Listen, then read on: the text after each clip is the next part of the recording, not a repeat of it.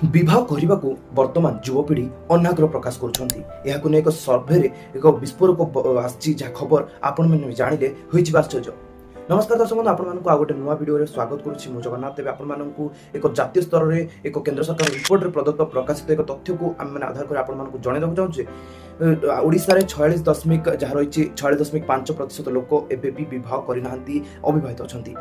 जातीय स्तर में जनसंख्यार 51.2% अविवाहित रही बेले 56.4% अविवाहित रही सूचना मिली। पुरुष वर्ग रही बेले 45.8 महिला वर्ग रही भाव में एक खबर आसूँ।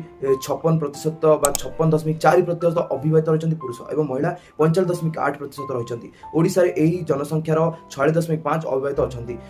51.4 पुरुष और महिला होती 41.2% रही। महिला अपेक्षा पुरुष मैंने अधिक मात्रा विवाह प्रति विमुख अच्छा। केन्द्र सरकार पक्षर प्रकाशित रिपोर्ट रे प्रकाश पाई सबू घटना। तेज देश होगा राज्य विवाह प्रति पिला आग्रह कमुची। एम परिवार जंजाल भितर जीवन अतिबाहित करने को इच्छा प्रकाश करना। आर्थिक समस्या हो कि पारिवारिक एभली भाव देखा मिली। तेज देशर जनसंख्यार 45 भाग लोक अविवाहित रही बेले 42 भाग पुरुष और 39 भाग महिला रही। आउ जनसंख्यार 3% विधवा स्वामी बा स्त्री एवं विवाह विच्छेद वर्ग रही।